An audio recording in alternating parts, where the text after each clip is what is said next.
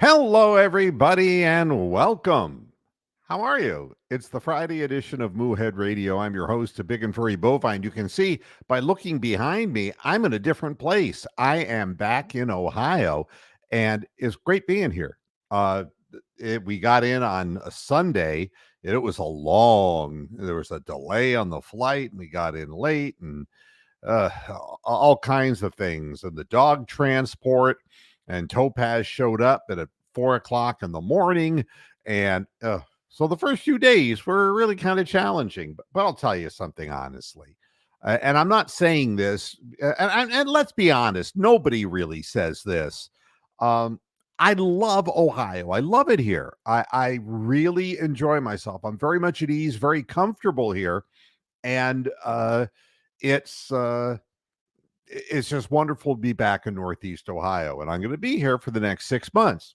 So it's a good thing that I like it. I'm also playing around with a little thing. There's a light up here. You can see how this is illuminating the top of my head that goes on top of the monitor, so I can get slightly better lighting in this room because I don't have the ability to put the lighting in than I have in my Florida studio. Consequently, this is something that Rocks just loaned to me before the beginning of the program, and it seems to work okay. I mean, you get to see my ugly face and it's illuminated, but it's not like Joan Crawford. It's so bright and that it takes away all the wrinkles. You can see my age and frustration from being a Cleveland sports fan all these years. Hey, let's bring the Moose in. Hey, how you doing, Moose? Oh, just tired and grumpy, as per usual. Nothing new there. Why are you grumpy?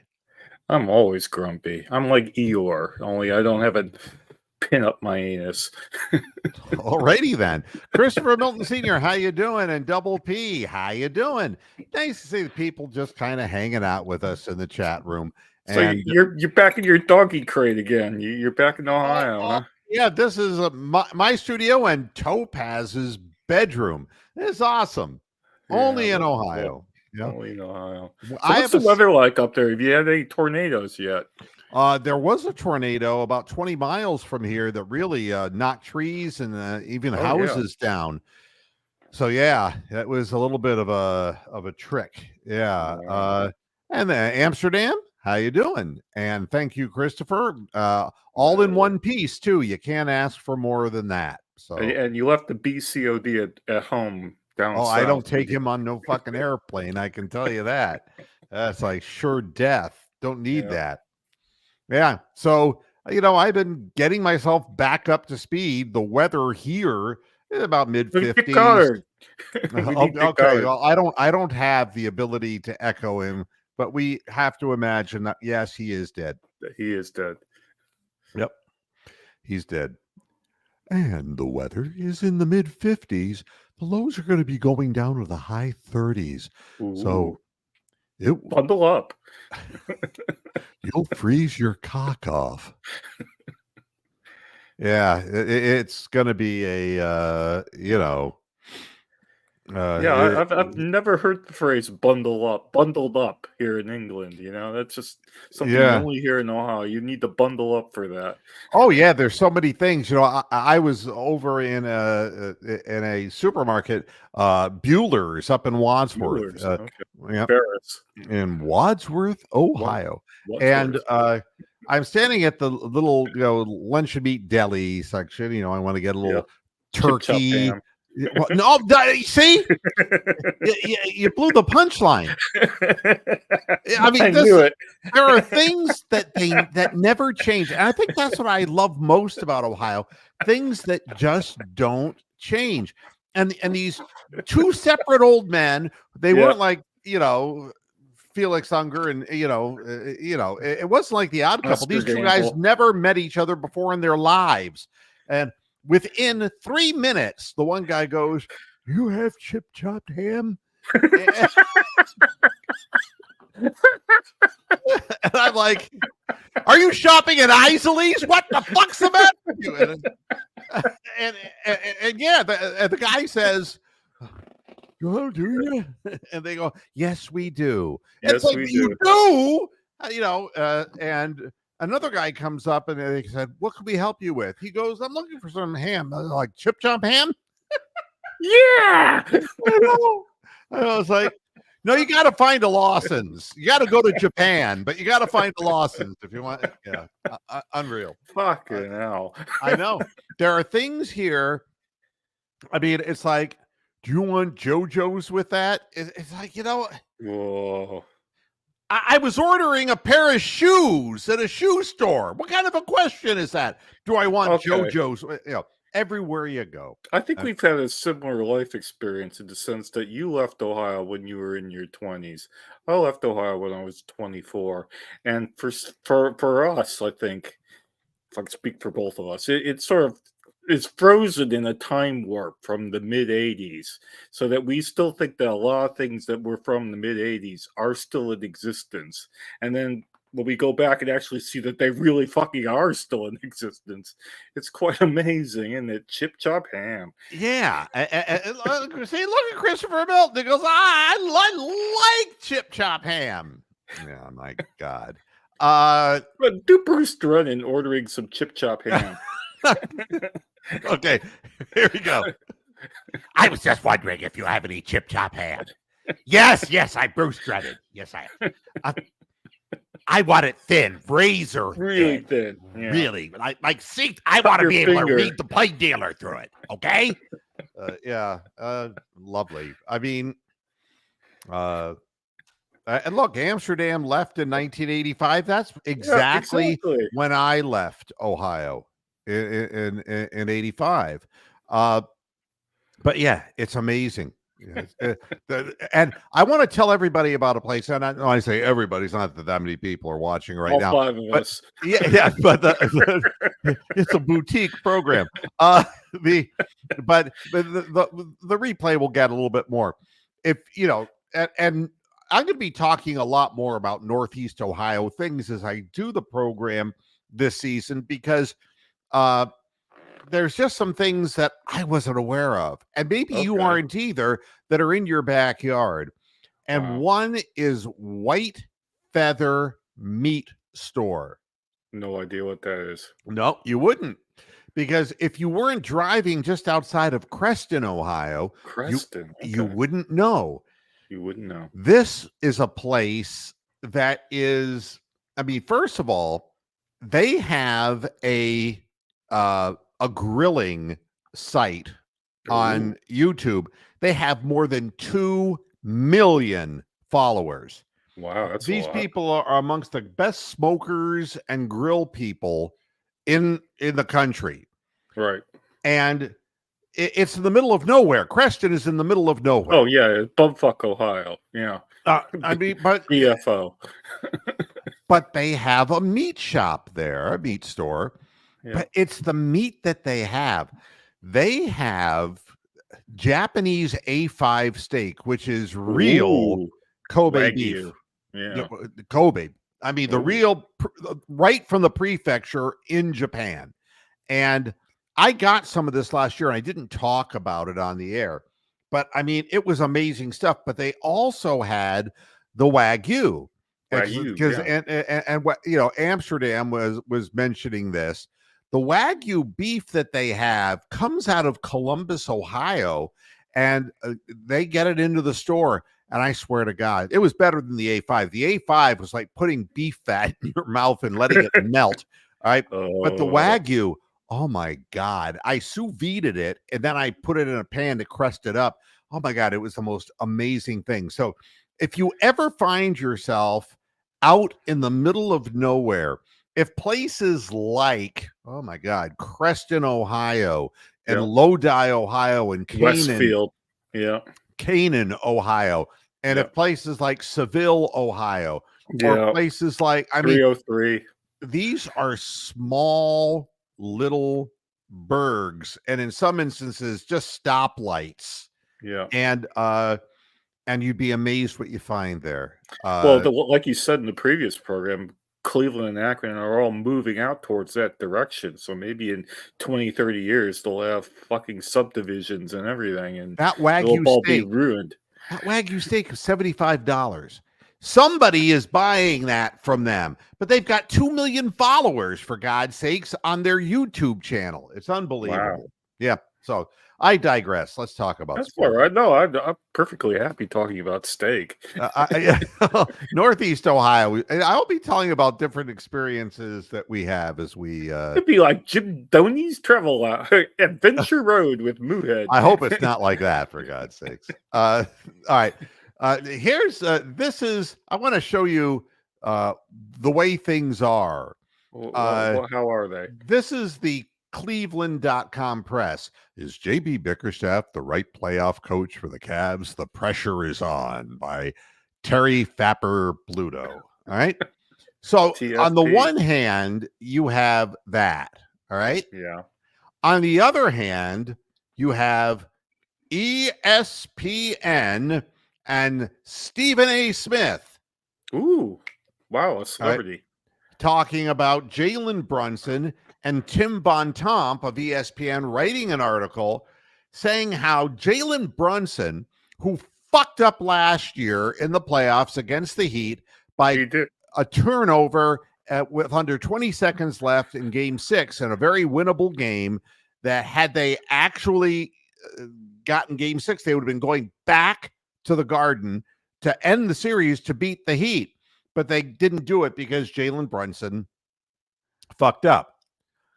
But if this were in Cleveland.com and Jalen Brunson was a Cavalier, it would be Terry Pluto saying, is Jalen Brunson the right guy that we're going to, that we need to have in the playoffs after what he did last year? But no, ESPN, Tim Bontemp, and all of them is like, oh, this is inspiration for Jalen Brunson. Oh, yeah. Oh, yeah. I'll just do a little Macho Man Savage, you know? Yeah. I mean, it's like, we're not going to say a discouraging word about the New York Knicks because, well, we're an East and West Coast network, and anything in between, fuck them. Fuck you. Yeah, that's right. They don't want to have anything to do with it. So you knew where it was going. I've watched the show a few times. Long time listener. Yeah, long time caller. Causes brain damage. Yeah, then you go to ESPN and you say, how does ESPN see the Orlando Magic Cleveland Cavaliers series going? I have no idea, but I could guess. Well, I mean, I'm going to give you each person, and this will tell you what you need to know. Okay. Kendra Andrews, the Magic in 6. Jerry Bembry, the Cavaliers in 6. Chris Herring, the Magic in 6. Tim Legler, Cavaliers in 7. Tim McMahon, Magic in 6. Bobby Marks, Cavaliers in 7. Dave McMenamin, we know him, Cavaliers in 6. Jorge Sedano, well, you know, Cavaliers in 6. Right. Ramona Shelburne, Cavaliers in 7. Andre Snellings, Cavaliers in 6. And then Om Yang Misuk, the Magic in 6. All final tallied out of the 11 of them. 7 picked the Cavs, 4 picked the Magic. Now, the thing that's interesting about this is that the Magic have never really been in the playoffs, especially with this group of players. You know, that it's just this is a new thing for them. Correct. But the other thing is that the Cavaliers fucked up so badly last year. Oh, God, yeah. Who would you pick in something like this? And, you know, so Terry Pluto was asking, is JB Bickerstaff? Like, no. I can answer. Topaz in there. Topaz can answer. No. JB Bickerstaff isn't the right guy to clean the toilets in the locker room. Come on. No, but this has been those turtleneck shirts that he wears all the time. Bad. It's been a disappointing season, to say the least. All right. Now here's the bottom line. I look at this series and I say, everybody's talking about Paolo Banchero because he's the top guy. First, the youngest player in NBA history to lead his team, like in points, rebounds, assists, and, steals. I mean, he has done everything for that team. He rips our ass, though, every time we play him now, from what I remember. Well, that's not, and that's the thing. The way they make it sound that would be the That would be the case. case. Yes. Okay. Yeah. I wasn't imagining him. No, but that's not the truth. Okay. What is the truth then? Tell As me the far truth. as Banchero, this year he averaged 22.6 points, 6.9 rebounds, 5.4 assists for the regular season. He's only 21 years, 154 days old. All right. Yeah. In 4 games against the Cavs this season, he scored 42. And that's what everyone remembers. The first game, 20, 18, and 12. Now, Wow. so you're saying, how did they do so well against Cavaliers? Why are we focusing just on Paolo Banchero? Because there's a lot more to be concerned about. Okay. We've played them 4 times this year, and it's been a split. All right. The problem that the Cavaliers have had when playing the Magic is not just Paolo Banchero, but it's Franz Wagner, who has really hurt operas. Coming down the lane, using his speed and his touch around the rim, going to the basket, and going around Jared Allen. That has hurt the team. And then the other one, Mo Wagner, who is, what can I tell you? Mo Wagner is their goon, okay? Big mouth, trash talking, big rugged, will push you in the back, right into the stanchion kind of guy. And we have let him push us around. And this is the part that makes you wonder. I mean, under normal circumstances, like we should be a year ahead of them because we've had this experience and we should win this series. But the way we handled this last year, not good at all. No. And we got pushed around. And I can tell you the first thing that's going to happen in this series is Mo Wagner is going to go goon. And he's going to see if he can get away with pushing people in the back. Yeah. And here's why this has to happen. Okay. Of all the teams that we could be playing, the Orlando Magic are the worst 3-point shooting team. They have one guy who shoots 40%. And that's Joe Ingles, who's 96 years old. And he's a left-hander. He's the 37, I think. He's a left-handed set shooter. Yeah, wasn't he partnered with Marks for a while? Ingles and Marks. Communist Manifesto. Anyway. Yes, thank you. It wasn't worth repeating. Wasn't worth it. No. But Joe Ingles is a slow guy, smart guy, and if you leave him open, which the Cavaliers were doing during the course of games, he averages 17 minutes per game. You cannot give him clean looks from 3. He's the only one who can hurt you statistically. You can't let Franz Wagner just cut backdoor to the rim and go to the free throw line a gazillion times or lay the ball in. You got to force him to settle for jumpers from the outside. This is not a great shooting team. Now, Banchero has improved his shooting, but he's no marksman in comparison to the real marksman in the league. So you've got a team here that has hurt us. Both teams have slow pace of play. The difference is the Cavaliers have the ability to make 3-point shots, but the Orlando Magic, with Mosley as their head coach, they have slowed the pace down and have become a defensive kind of team. Wow.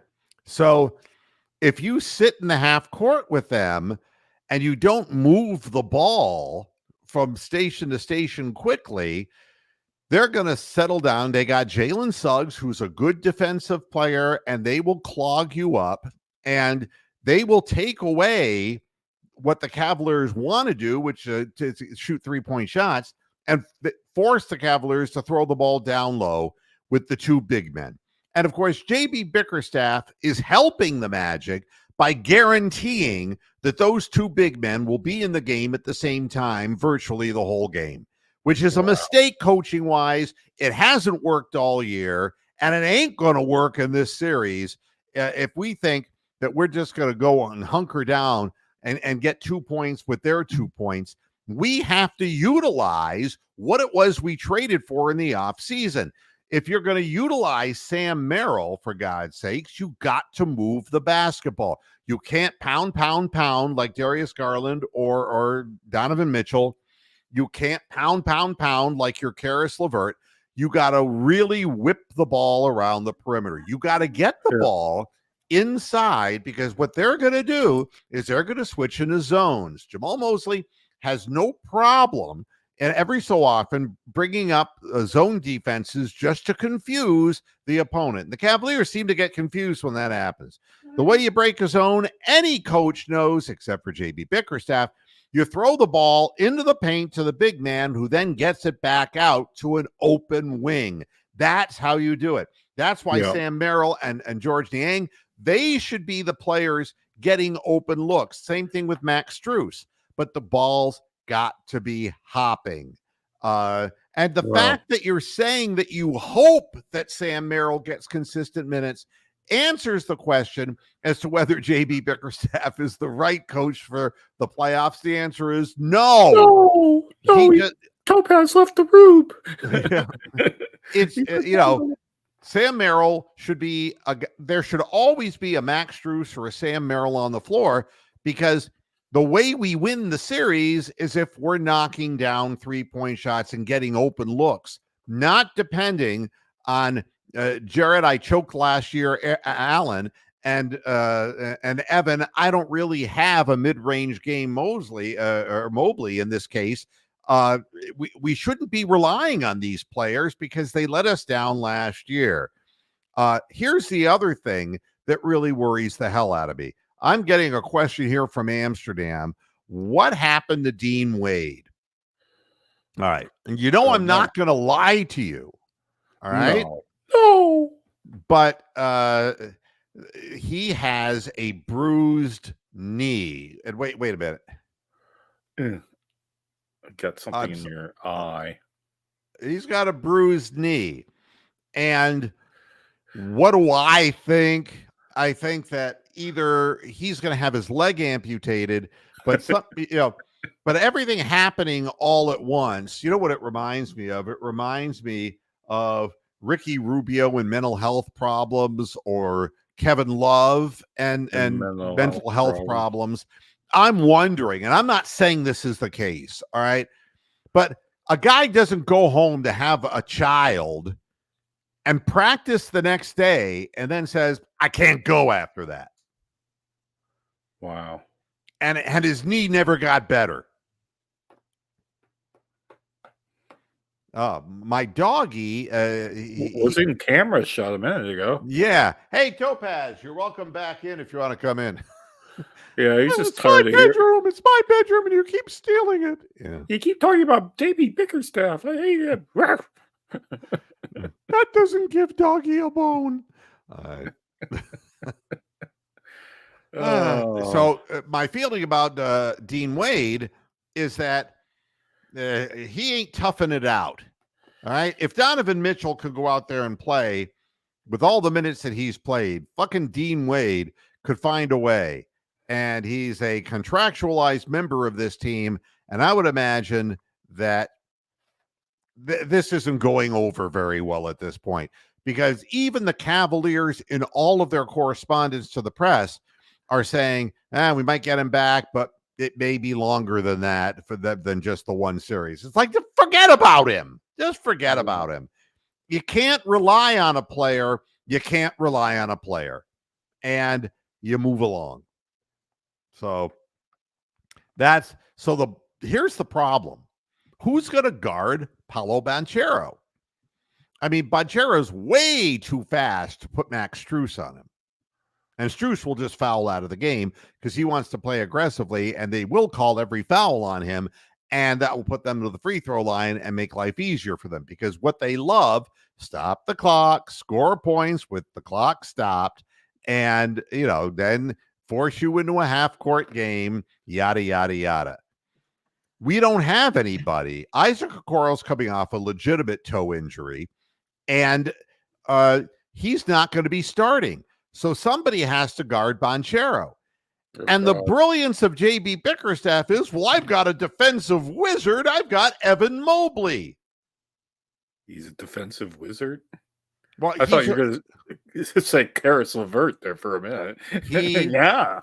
he is a rim protector, but he doesn't have the foot speed and coordination to stay in Stop front. anybody. To stay in front of Paolo Banchero. So who's going to guard Banchero? And it ain't going to be George Niang, for God's sakes. He'll be left in the dust 100 times out of 100.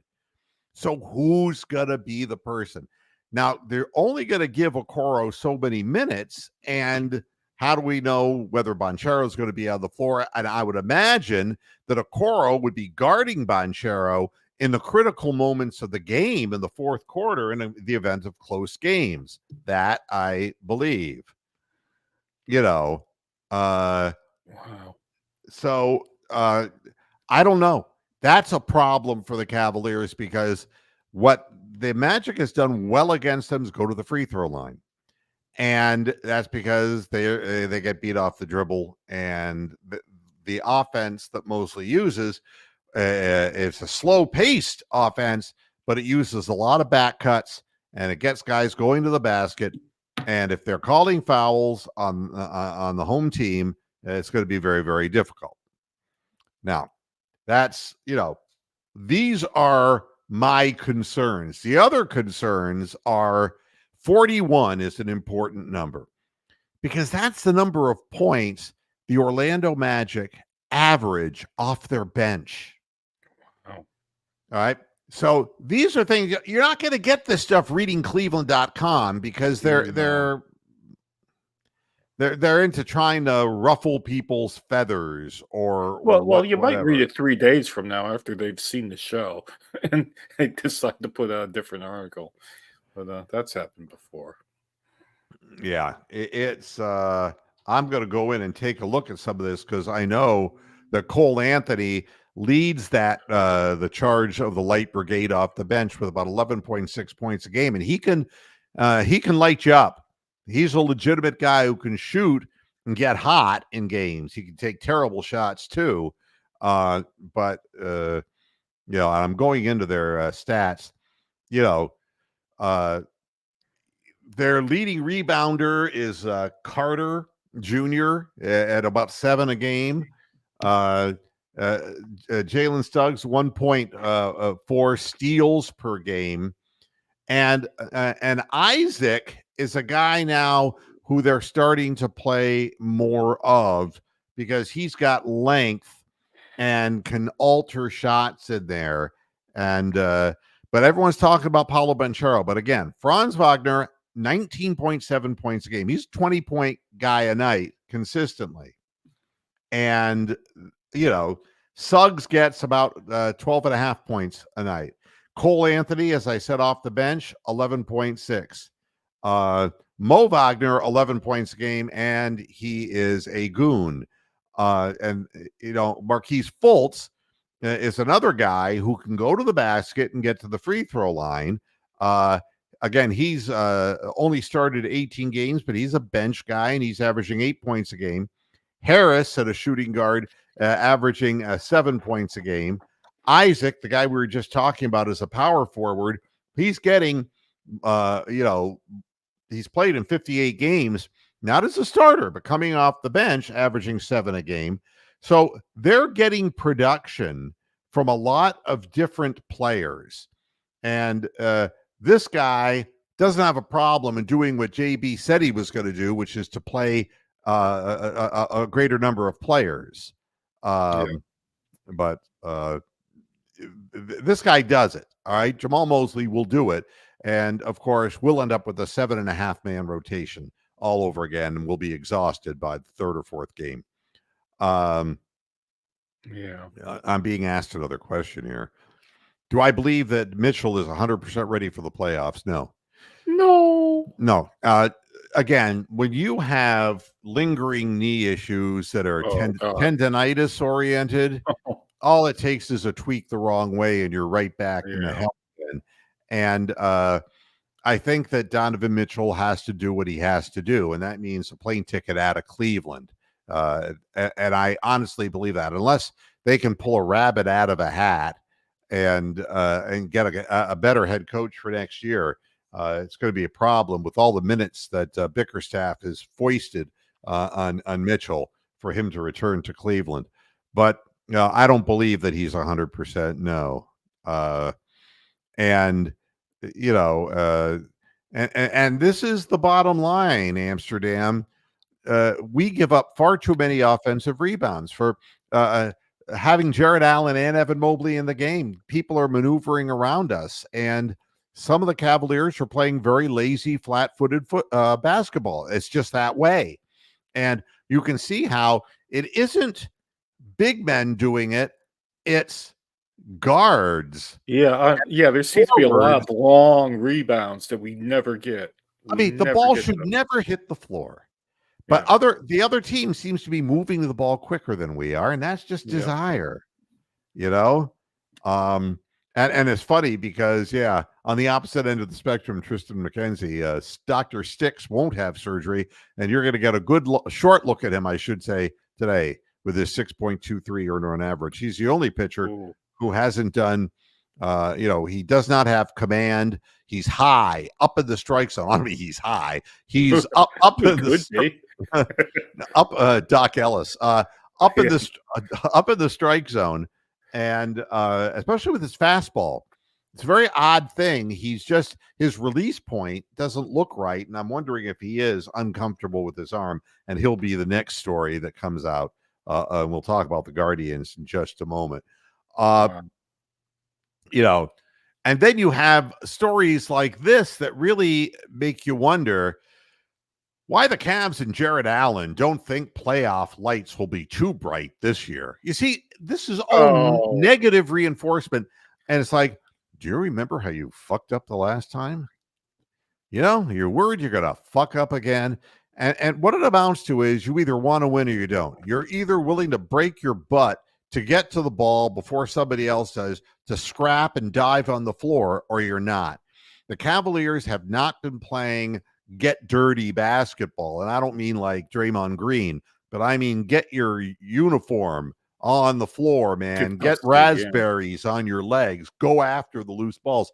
We've not been doing that. And I guarantee you the Orlando Magic will. They'll do whatever they can because they're a young team that has a lot of energy. If you're the Cavaliers, what you want to do is quash their spirit very early on by moving the ball and making some three-point shots and forcing them into changing into zones or whatever. Then use your size down low to get some alley-oops, backdoors, and use your big guys to get to the free throw line that way. But you cannot allow them to hunker down in a mano-mano defense and just pound the ball in front of them and run the shot clock down. That's what they're hoping for. That's what they want. And, and again, what Jared Allen thinks doesn't mean a goddamn thing to me. It's what he does on the floor.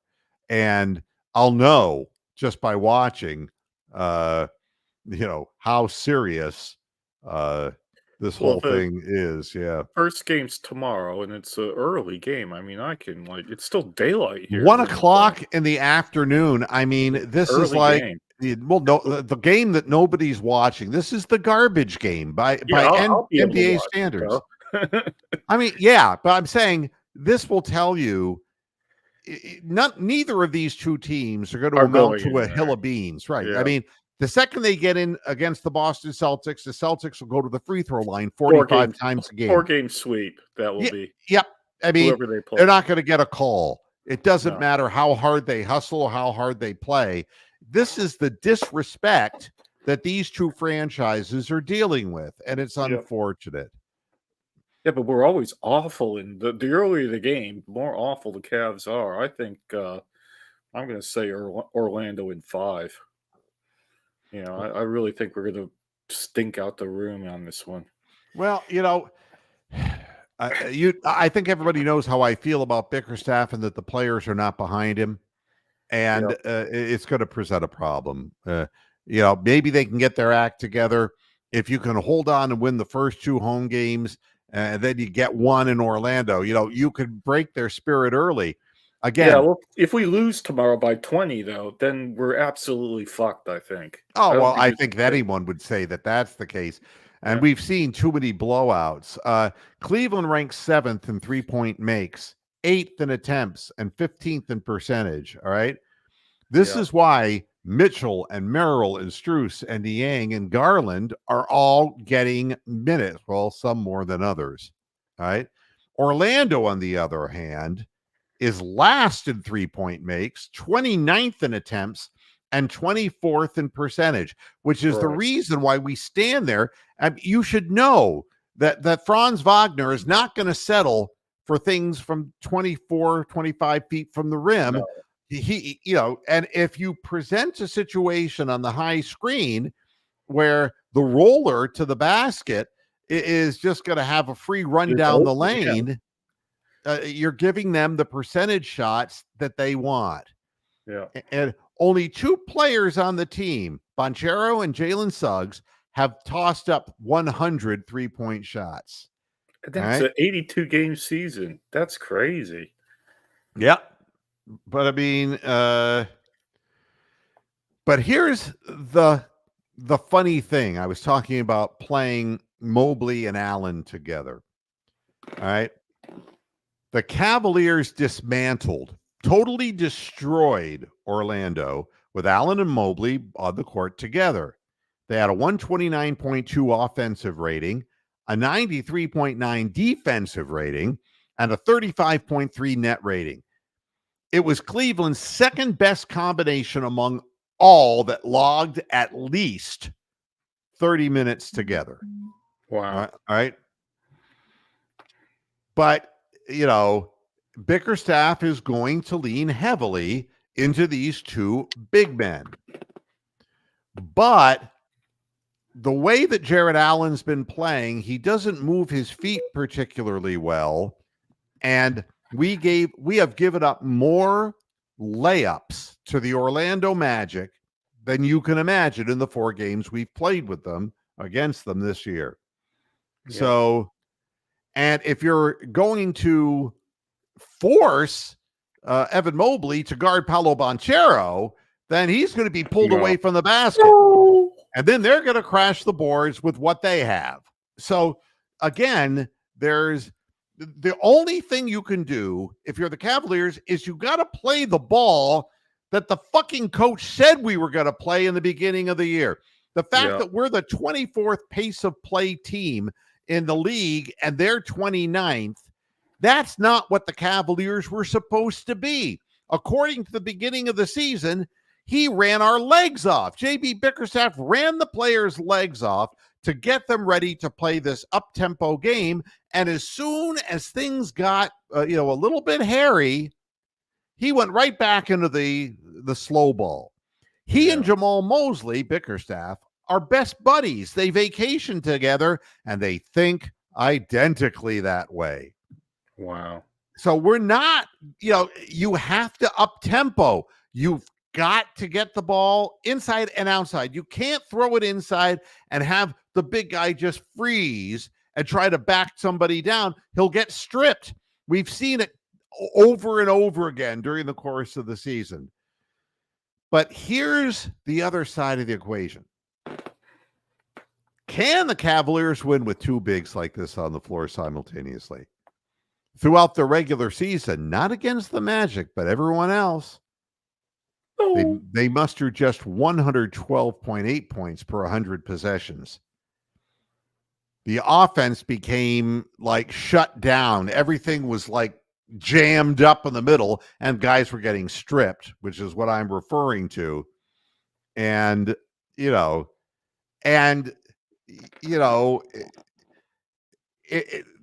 I don't see this Twin Towers thing as being, I see one or the other, Jared Allen or Evan Mobley. And Jared Allen is a true center, and Evan Mobley is kind of I don't know what I would call him. He's a hybrid, maybe. So, during the course of the season, playing the two big men hasn't worked, and I don't see why it's suddenly going to work in the playoffs. I don't know, but you can bet that that's what JB will do because he's a fool. And here's the other thing: Jalen Suggs is their best defensive player, and Donovan Mitchell is our best offensive player. Yes. And Donovan Mitchell is not 100%. And No. so they're gonna. So Suggs is in the 98th percentile in real plus minus, and he is a good defender. And if Mitchell isn't full bore, he could shut Mitchell down and force him into shots that he doesn't want to take. That's why it's more important than ever to move the ball around the perimeter. Mitchell can't just sit there and start dribbling the ball. Neither can Darius Garland. These two men have to play together. They cannot be separate entities. And the problem we've seen evolving through the season is one or the other bringing the ball over the court and pound. And then by the time they get going, the play clock is down to 7. Yeah. And they have no real choice on where they're going to go. There has to be completely unselfish play, and you have to have Darius Garland shooting threes and pull-ups. You have to have that. You need the points from him. This is not a big scoring Magic team. Any way you can get points, and if your two guards can get points, that means you can get around people and get your shot. They're going to be paying attention to that, and that's how guys like Merrill and Niang and Strus get wandered from by the defensive players helping out with Garland or helping out against Mitchell. But if you don't establish that, you're not going to win. So if you see pound, the Magic will win the series. If you see the ball hopping and you see a lot of inside passing, especially to Jared Allen, although it's interesting that Mobley now is averaging like 3.2 assists per game. He's becoming a more willing passer rather than catching the ball in the paint and immediately not knowing what to do and freezing. He's either going up strong with the ball or relatively strong compared to what he used to do, or he's passing off. That ball's got to hit the hands of the big man like a hot potato, get over to where it's getting. And that means the corner three, the wing three. If Okoro's in the game, get it to him on the wing, get it to Strus on the wing, get it to Merrill anywhere on the arc. That's going to be the way you determine who's going to win this thing. So wow. My predictions on this don't matter because, I'm just telling you, if you see a certain Cavalier team, they're going to lose. And if you see a certain Cavalier team, they're going to win. And it just comes down to whether they can assert their will against a young basketball team. Oh, you'll know pretty quickly, for all you bet and play fuckers out there. Yeah, you'll know pretty quickly. Well, I don't give a shit about that. I read the headline, Major League Baseball, and the NBA, or was it the NBA, are allowing the return of 5 players who were oh God! last year who were busted for gambling, and they're letting it there. They're being reinstated. Wow. Slap on the wrist, blame the players when management is making all the money off this shit. Yeah. It's just annoying. I guess the last thing that I need to talk. The good news is the Cavs will be eliminated, and then we can just start talking about the Browns draft next weekend. Talk about all that. But wait, not so fast. Not so fast. Corso, not so fast. Right. The Guardians are actually worth talking about. They won 3 out of 4 games in Boston, and who would have thought that? No, I wouldn't have thought that. And and Dr. Six is pitching horrible, but of all people, Cookie Carrasco actually gave us 5 innings a couple of times. He's not what he was. That 96-mile-an-hour fastball that you remember, it now tops out maybe at 91. He's going with smarts. He looks a lot like Oral Hershiser did with the Indians, back when he didn't have his 1994, yeah, his back in the big day. stuff, but he was pitching out of Well, wisdom. it's good to know that he's no longer the cancer on the team anyway. Right, and same with El Presidente, if you remember. Yeah, El Presidente. They were winning with Craft. experience. Yeah. Yeah, craft. That's right, being crafty. Crappy. No, Yep. crafty. Crappy. That would be Eli Crappy. Morgan. Yeah. Oh God. My phone is going off like blazes. I don't know why. I have no friends, so. And Christopher, yeah, they ban one guy for life who's a totally insignificant Irregardless player. It's like Mr. Irrelevant. That's right, Mr. Irrelevant. It's like you're gone for good, and you know what we're gonna do? We're gonna murder your family to boot, so Yep. no one will ever be able to tell about it. Yep. Yeah, fucking NBA. It makes me sick. Oh, and the Michigan Wolverines being put on triple secret probation or whatever it is that they had happened to them. What a fucking joke. So, oh, anything? Hey, did Peter Ellis watch the Masters at all? Oh, I mean that was just, well. Let me finish talking about the Guardians before okay. I remind me. Okay, what I'm. Oh, I don't have that much to say except when you win 3 out of 4 in a hitter's park, and you're a team that is not known for having hitting, it looked mighty grim. We were going to start out on the road, if you remember, with 9 straight games on the road, and we did well with that. And then, oh my God, we're going to Boston. We're going to get our ass kicked there, and we won 3 out of 4 games. wow. And it was the Red Sox who were making errors, 3-7 on their homestand, and they were making errors, and the Guardians were taking advantage of it. Wow.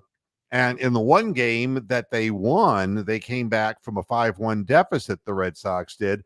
But every game that they would come back at the Guardians would come back at them.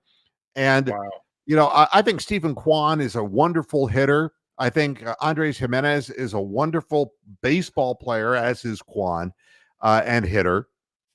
I think that, Jose Ramirez, who never gets started in the cold weather anyway, he's a proven, established. Yeah, he should be in the Hall of Fame when he retires. He's really a good baseball player. Bo Naylor hasn't hit his stride, but he's gotten a few big hits. Josh Naylor, until he pulls muscles because of his weight, he's doing well. He's hitting over 300. We're getting contributions from Tyler Freeman, and he's playing a steady center field, meaning that we don't have to see Miles Straw anymore. All right, who's languishing in the Guardians minor league system. They're trying to breathe life into Florial, who has hit 2 home runs this year and a game-winning hit in the Red Sox series, trying to breathe life into a guy who'd been given up on by the Yankees organization, who's famous for swinging and missing. But be that as it may, right now, the problem with the Guardians is they're not getting enough innings from their starting pitching, and the bullpen is really being overused, is what it amounts to. And that's not a great formula. And I'm afraid that McKenzie is going to be the next starting pitcher who goes down. And I was amazed that Ben Lively came out, who is a 32-year-old journeyman whose major league career would be anything but sparkling. And he came out and gave us 5 innings of 1-run baseball. That was nothing short of amazing in Fenway Park. So give credit to Stephen Vogt, give credit to the spirit of the team. They're playing together. They're enthused about playing together. And I think it's great that they're going out, and we'll see what happens when they get back to the cold weather here in Northeast Ohio. The game is happening today. Yeah, they're playing Oakland. They're playing Oakland, who's 8-11 this year. Nobody's going to be hitting the long ball. And I want to call it Jacobs Field because I don't want to give a plug to some corporate entity. Yeah. but I'm happy that they're off to a 13-6 start. That's the best of the AL. Give credit where it's due because nobody gets credit in Cleveland if No, they and do I thought well. they're You know, I thought they were going to be absolutely horrible, and they still have time to be horrible, but yeah, they're but not at the moment. they're So, doing they're doing really well. All right. so Here's no, one offensive lineman, Jermaine Ifedi signs with the Browns all the way 9 years ago. He was a first round pick by the Seahawks. He is a tackle, an he's got offensive to be about tackle. 30 years old then, Well, and as long as he he doesn't get hurt. never lived up to his To first the round big pick. money, yeah. Yeah, and but I can appreciate the fact that the Browns are bringing in bodies on the offensive line, knowing And we that within need 2 them. or 3 Yeah. weeks, their 4 of guys them are gonna be dead. they're gonna go "Oh, down. my leg, my leg!"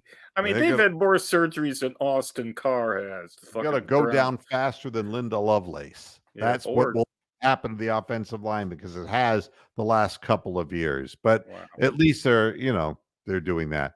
And it's funny, they keep pestering Andrew Berry about what are you going to do in the draft? And it's like, we don't pick until number 54. You don't pick until, like, next Sunday.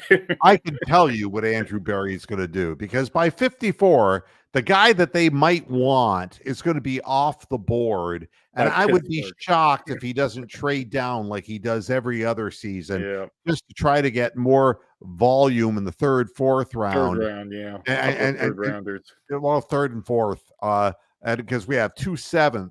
I mean, and that's just you might find a special teams player, but pestering Andrew Berry about what he's going to do with the number 54 pick when he basically the second round pick last year he traded off and went down in the draft. The Browns will go down and get volume where they can. That's the only strategy with the Deshaun Watson contract that they can deliver. And that's that. How quickly the winds have changed, and I'll finish the show this way. Woo, it's a change. Last year, Deion Sanders was all the rage of He college was. football. He was flavor of the month in September last year. And look, got off to a fast start. And Colorado's going to be something. But they break your heart. It's a business, just like the NFL. And they've consolidated college football to the point where schools like Colorado don't mean anything anymore. No, they didn't really mean anything much beforehand. You walk into the portal and Scotty beams you the fuck out of there. All right. So Deion Sanders now is confronted with the fact that 14 of his players have entered the transfer portal. Woo! Here's what he had to say. We're good. I trust the recruiting team. I trust our coaches. Please have some faith in me, Sanders said. We're good. We're all right. We are all right. And if I say it 5 more times, I might start believing it. Wow. That sounds like the Kevin Bacon at the end of Animal House where he's in his uniform going, stay calm, everybody, stay calm. Sanders said that most of the portal action here were backups, and he believes that it's very unusual for starters to enter the portal at this stage of the game. I think we got some starting caliber players coming in from visits pretty soon, maybe even this weekend, but we can attract those types of players. I don't think we're losing those types of players. And if we do, we're good. We're good. We're making a big deal out of nothing. And it's like, something? You know what the big deal is? What is the big deal? The 10 teams that college football cares about. Yeah. And I should say the 10 teams and Notre Dame. That's all they give a shit about. Colorado might as well be North Dakota, Idaho. In Minot. Yeah. I mean, it's Hoople. Yeah. Minot is in North Dakota for people who don't know. What does it matter? I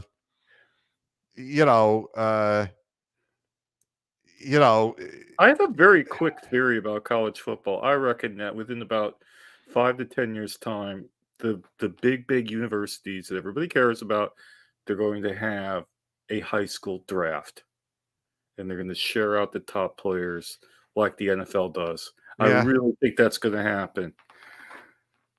Yeah. So I And can see it all now. yeah, but it shows you how a story for the sake of having a story. Did anybody really believe that Deion Sanders was going to turn the Colorado Buffaloes into a major national power? No. I mean, you know what the deal was? He's a self-promoter. And if he Yep. could have one good season, he'd get his ass out of Colorado.